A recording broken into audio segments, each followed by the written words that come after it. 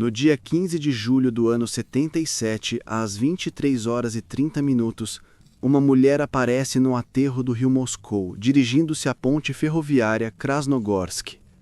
Os funcionários da KGB, que a monitoram em dispositivos de visão noturna, não têm mais dúvidas.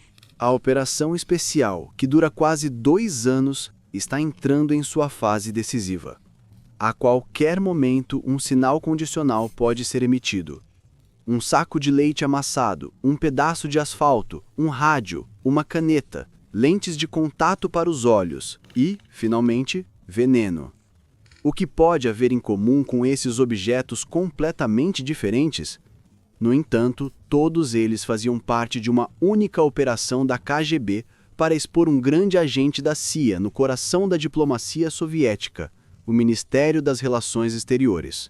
Os americanos estavam absolutamente convencidos de que a contra-inteligência da KGB não seria capaz de descobrir seu agente. Então, eles lhe deram o pseudônimo de 3 vezes desconhecido, ou Trianon. 31 de julho a 10 de agosto de 1984, milhões de telespectadores soviéticos seguiam a história da busca por um agente da CIA. Em torno dela foi construído um enredo emocionante da série. TASS está autorizado a declarar. Mas o que os espectadores não podiam saber é que os eventos pelos quais eles estavam tão empatizados nas telas de TV realmente aconteceram 7 anos antes, e que Trianon não era um personagem fictício. Muita coisa não aconteceu como no cinema. 1976 anos. As delegações da URSS e dos Estados Unidos estão há 4 anos negociando a limitação de armas estratégicas. Mas os diplomatas soviéticos estão cada vez mais prestando atenção a um detalhe estranho.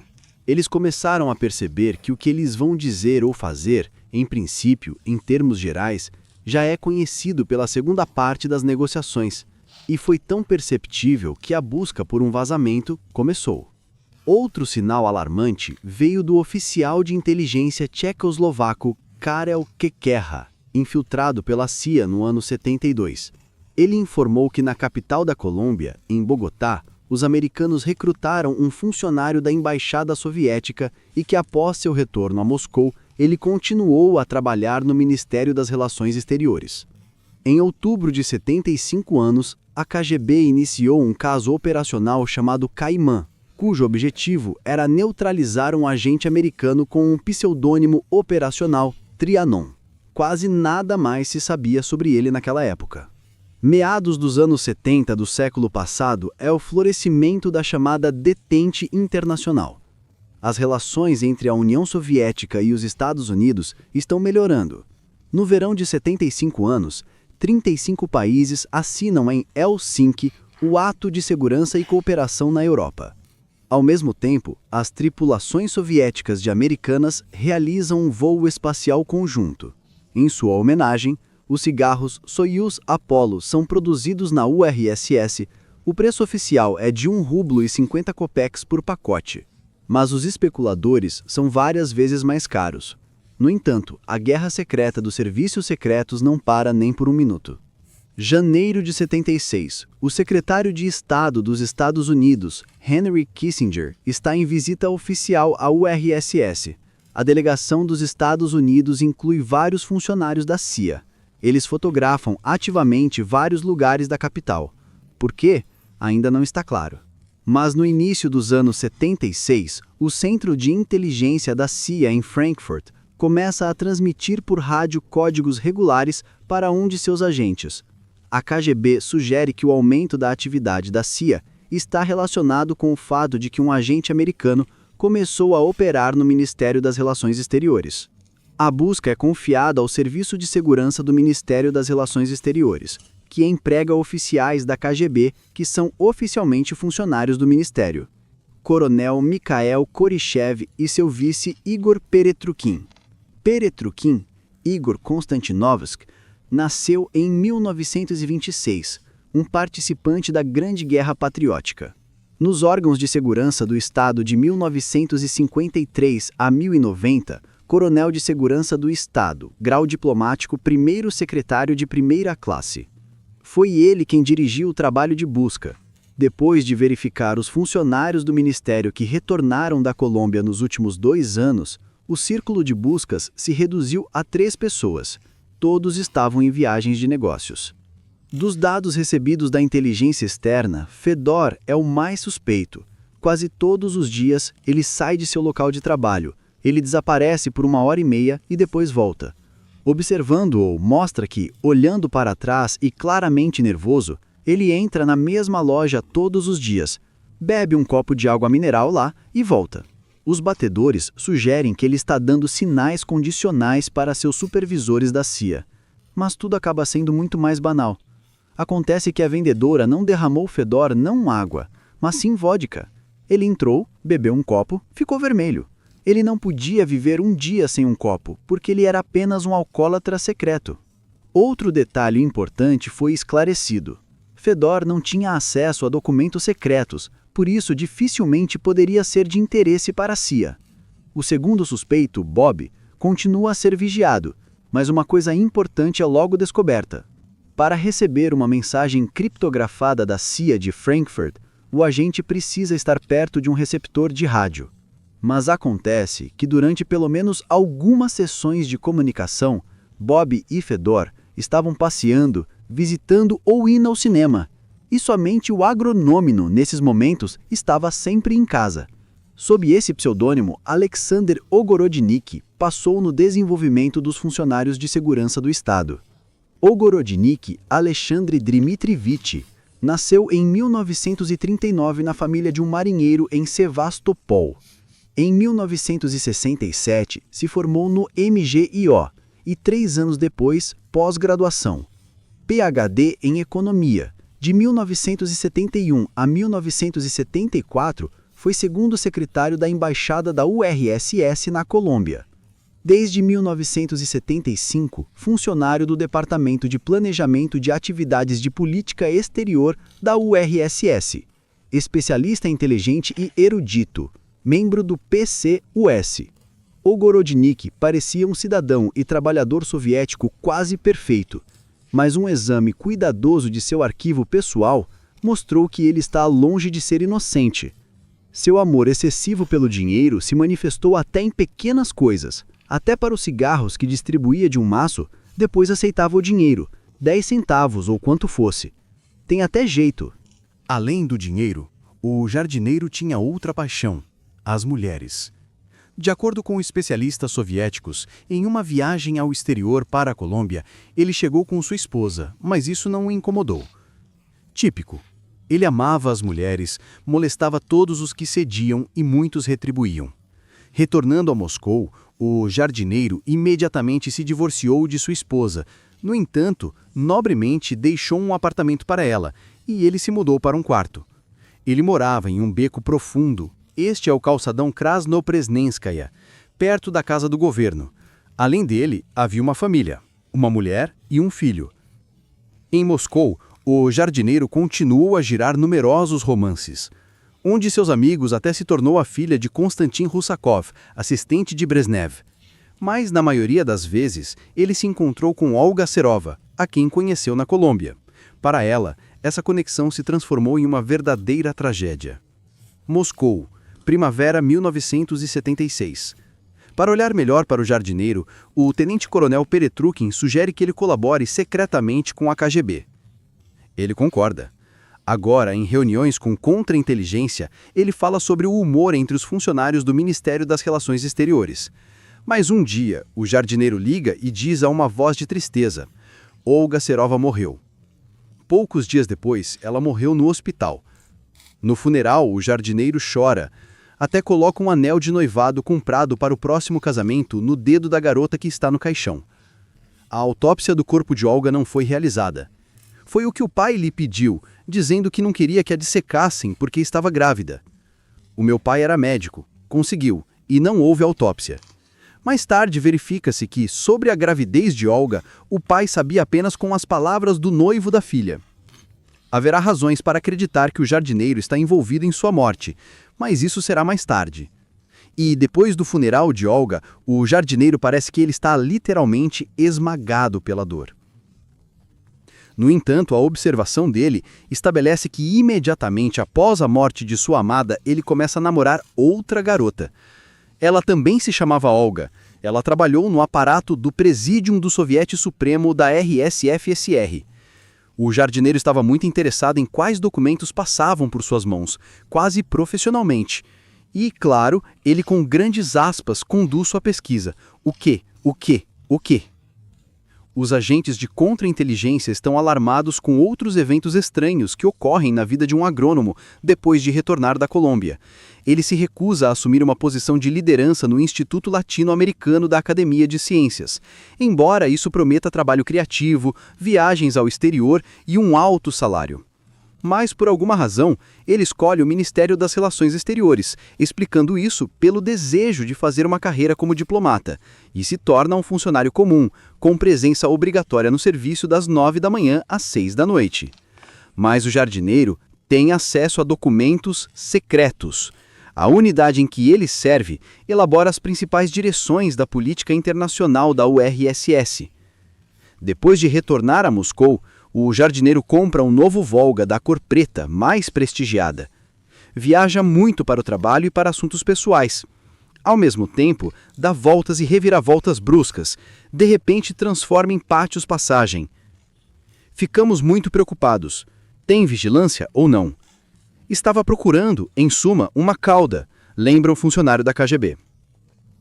Em um dos dias chuvosos, quando Olga Serova ainda estava viva, o jardineiro estava rolando em Moscou com ela. Eles saíram do carro várias vezes e o jardineiro tirou fotos da menina. Mas aqui está o que é estranho. Não havia atrações ou vistas bonitas nos locais de fotografia, e o tempo nublado para o passeio não era muito adequado.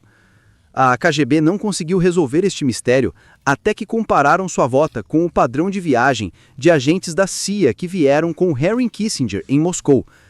Parece que o jardineiro deixou claro para os americanos que ele encontrou seguramente os locais dos esconderijos, que eles informaram em códigos. Em janeiro do ano 77, o presidente da KGB, Yuri Andropov, aprova um plano de desenvolvimento profundo do agrônomo. O chefe da operação é nomeado vice-chefe do 2º Comandante KGB, Major-General Vitaly Boyarov. Boyarov Vitaly Konstantinovich nasceu em 1928 anos, em órgãos de segurança de Estado de 1945 anos, serviu na contra-inteligência e inteligência externa da URSS de 1973 a 1985, primeiro vice-chefe da 2ª Direção Principal da KGB da URSS, de 1981, tenente-general. A KGB obtém a autorização do promotor para realizar uma pesquisa tácita no apartamento do jardineiro. Mas como entrar no apartamento sem levantar suspeitas do proprietário?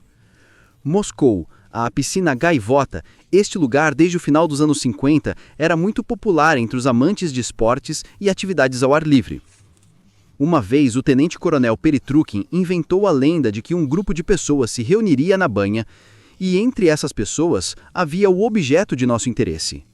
A Companhia Alegre é representada por funcionários da KGB.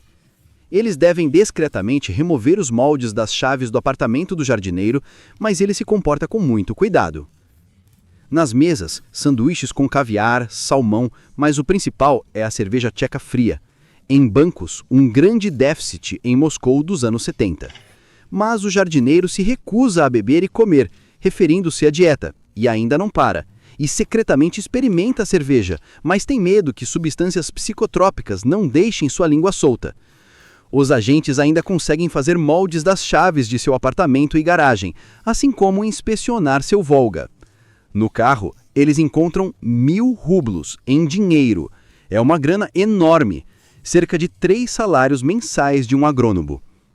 Em maio de 77, quando o jardineiro junto com sua amante sai de férias para o Mar Negro, os funcionários da KGB visitam secretamente seu quarto em um comunal. Mas isso não os dá quase nada. O jardineiro prudentemente deixou muitas marcas diferentes no apartamento. Quando entraram no seu apartamento, ele tinha tudo. Os livros eram transferidos, havia cabelo aqui, havia um fio. Todos olharam e, como se diz, saíram do apartamento. Então, no apartamento dos vizinhos, um andar acima, logo acima do quarto do jardineiro, equiparam um posto de vigilância.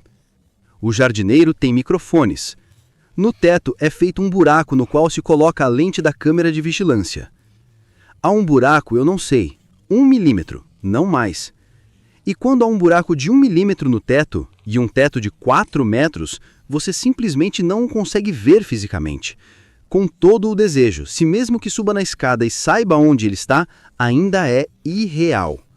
Moscou, 17 de junho de 1977. Agora, o jardineiro está sob constante vigilância dos funcionários da segurança do Estado, mas a tensão é feta. O agente se comporta de maneira estranha. Ele gostava de falar consigo mesmo. Como ilustração, quando ele voltava, digamos, para jantar, ele se aproximava da geladeira e perguntava: Sasha, você quer salsicha? Não, não vou.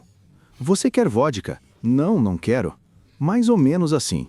Na noite de 20 de junho, o tenente sênior mais uma vez observa o jardineiro. Ele pega uma lanterna de bolso de uma estante de livros, tira as baterias e, de uma delas, tira 4 pequenas fitas de microfilme. Depois de olhar para o filme, o jardineiro novamente coleta a lanterna e diz com surpresa: Uau, funciona!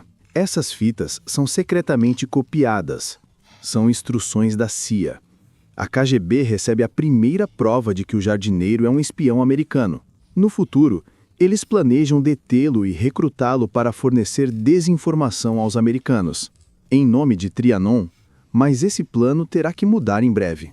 Na manhã do dia 15 de julho do ano 77, carros de diplomatas americanos, incluindo funcionários da CIA, deixam a embaixada dos Estados Unidos em Moscou em diferentes partes da cidade.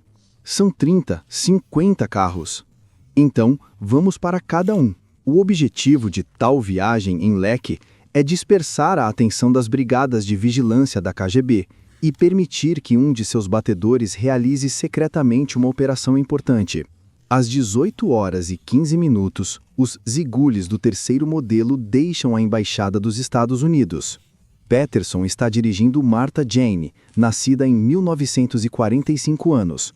Agente da CIA de 1973 anos, a partir de novembro de 1975, no trabalho em Moscou, sob a cobertura oficial do cargo de vice-cônsul da Embaixada dos Estados Unidos. Pode-se dizer diretamente que a KGB não suspeitava que ela era uma funcionária da CIA. Ela podia beber muito decentemente, podia começar a abraçar os guardas, em algum lugar ela podia sentar-se nas escadas da embaixada e cochilar. Ninguém suspeitava dela por causa do seu comportamento. A KGB claramente não esperava que fosse a Martha Peterson a entrar em contato com o agente mais importante para a CIA em Moscou. Trianon trabalhou para os americanos por mais de 2 anos e foi muito apreciado. Colômbia, 1974 anos. Em uma das exposições em Bogotá, um jardineiro conhece uma funcionária atraente, cujo nome é Pilar Soares Barcala. Entre eles, um romance tempestuoso é rapidamente amarrado, mas todos os seus encontros secretos são registrados em fotos e filmes, já que essa garota foi incriminada pela CIA. Esse método de recrutamento, na gíria dos serviços especiais, é chamado de armadilha do mel. E logo, Pilar, por acaso, o apresenta aos seus amigos americanos. Eles ofereceram ao diplomata para trabalhar para a CIA. O jardineiro foi prometido e bom dinheiro, e um passaporte americano e uma posição sólida nos Estados Unidos, bem como a bela Pilar. Além disso, eu não sei se havia uma funcionária em tempo inteiro lá, ela assinou Langley na folha de pagamento, não se sabe, mas ela trabalhava para os americanos, por assim dizer, porque é absolutamente compreensível. No caso de sua recusa, os americanos estavam prontos para chantagear o diplomata soviético com vídeos de suas reuniões com Pilar. Mas não precisou. O jardineiro gostou tanto da perspectiva de se tornar um milionário e cidadão do mundo livre que imediatamente deu o seu consentimento. Eles estavam torcendo ele. Eles começaram a trabalhar com ele de verdade. Eles perceberam que era um jovem promissor. Ele disse aos americanos os nomes dos diplomatas soviéticos que trabalhavam na Colômbia para a GRU e a KGB, e entregou cópias de alguns documentos secretos. Por sua vez, os americanos o ensinaram a entender códigos, colocar containers com informação. O agente recebeu o pseudônimo de Trianon. No final dos anos de 74, o jardineiro retorna a Moscou e é especialmente contratado pelo Escritório de Planejamento de Eventos de Política Externa do Ministério das Relações Exteriores. Lá, ele tem acesso a documentos secretos. Os documentos são mais de uma escala estratégica com a qual um pequeno círculo de pessoas estava envolvido. No início dos anos de 76, já se acostumando com o novo local de serviço, o jardineiro retoma contatos com a CIA. Para trabalhar com documentos secretos no Ministério das Relações Exteriores, havia salas de estudos especiais. Os americanos deram ao Trianon mini-câmeras especiais. Uma estava disfarçada de isqueiro, a outra de caneta. Na sala de secrecia, ele os levava livremente. Este é o esquema da caneta na qual uma câmera miniatura foi montada e as instruções da CIA sobre como usá-la. Na verdade, era muito simples. A caneta tinha que ser colocada verticalmente acima do documento e não comprimida com os dedos. Era assim que a fotografia acontecia. Com sua ajuda, o jardineiro conseguiu refazer os documentos da chamada pasta vermelha, correspondência do chefe do Ministério das Relações Exteriores Andrei Gromyko com membros do Politburo. Este documento, segundo alguns relatos, foi mostrado ao presidente dos Estados Unidos, Jimmy Carter. Ele lhes enviou um telegrama. O documento mais valioso, a informação mais valiosa. Com a ajuda de esconderijos, os americanos transmitem instruções e dinheiro ao jardineiro, bem como ampolas com veneno. Pela primeira vez, Trianon pediu uma ampola para um possível suicídio.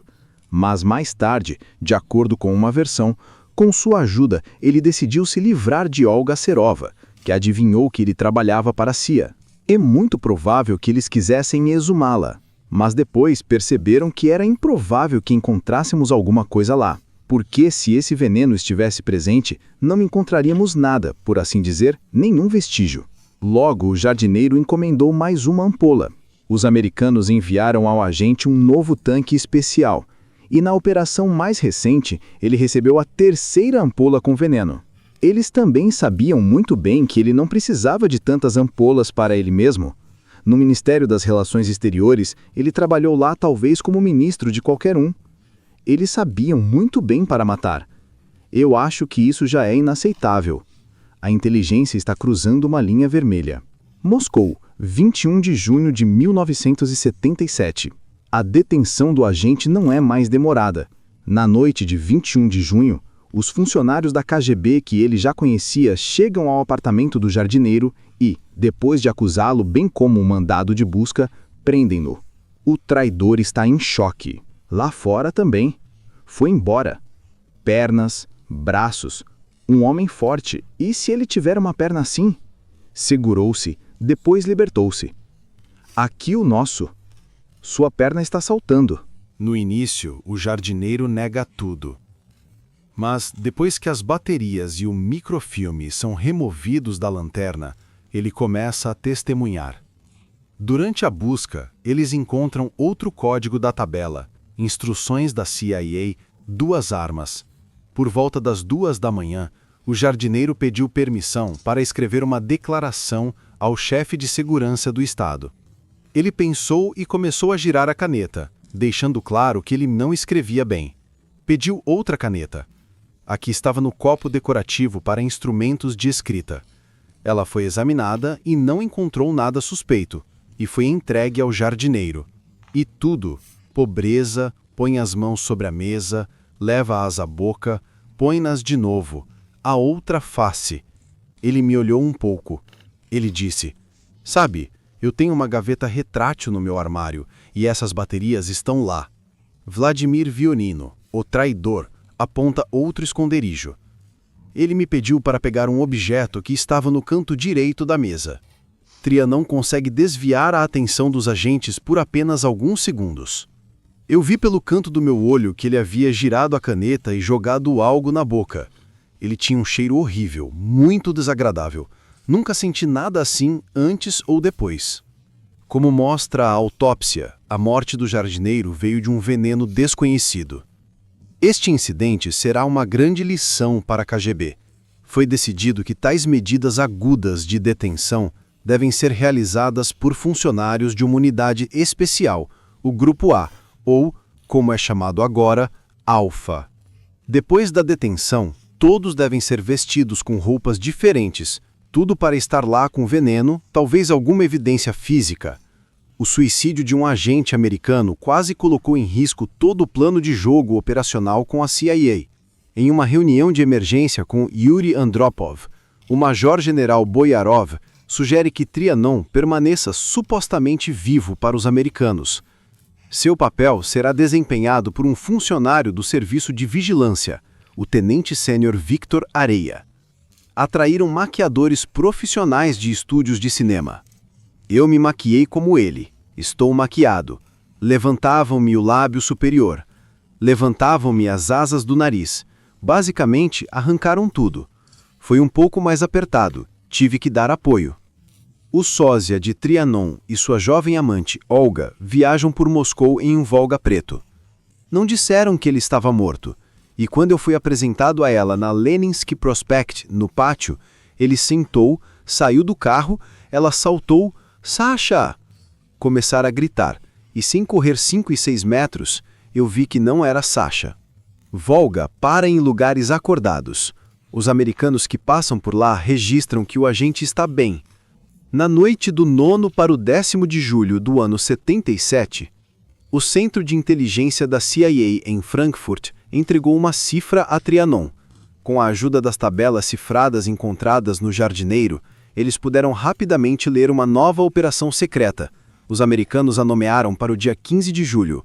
Na ponte ferroviária de Krasnolujsk, perto de Lujnik, o jardineiro deveria receber dinheiro, já a terceira ampola com veneno e uma lista de perguntas sobre a posição da delegação soviética na próxima rodada de negociações soviético-americanas. Em 15 de julho do ano 77, às 23h32, Marta Peterson, vice-cônsul da Embaixada dos Estados Unidos na União Soviética, começa a subir na ponte ferroviária de Krasnogorsk. Qualquer um suspeito que aparecesse neste lugar deserto seria imediatamente notado pela Patterson. A operação da KGB para capturar o rascunho recebeu o nome código de Cetum.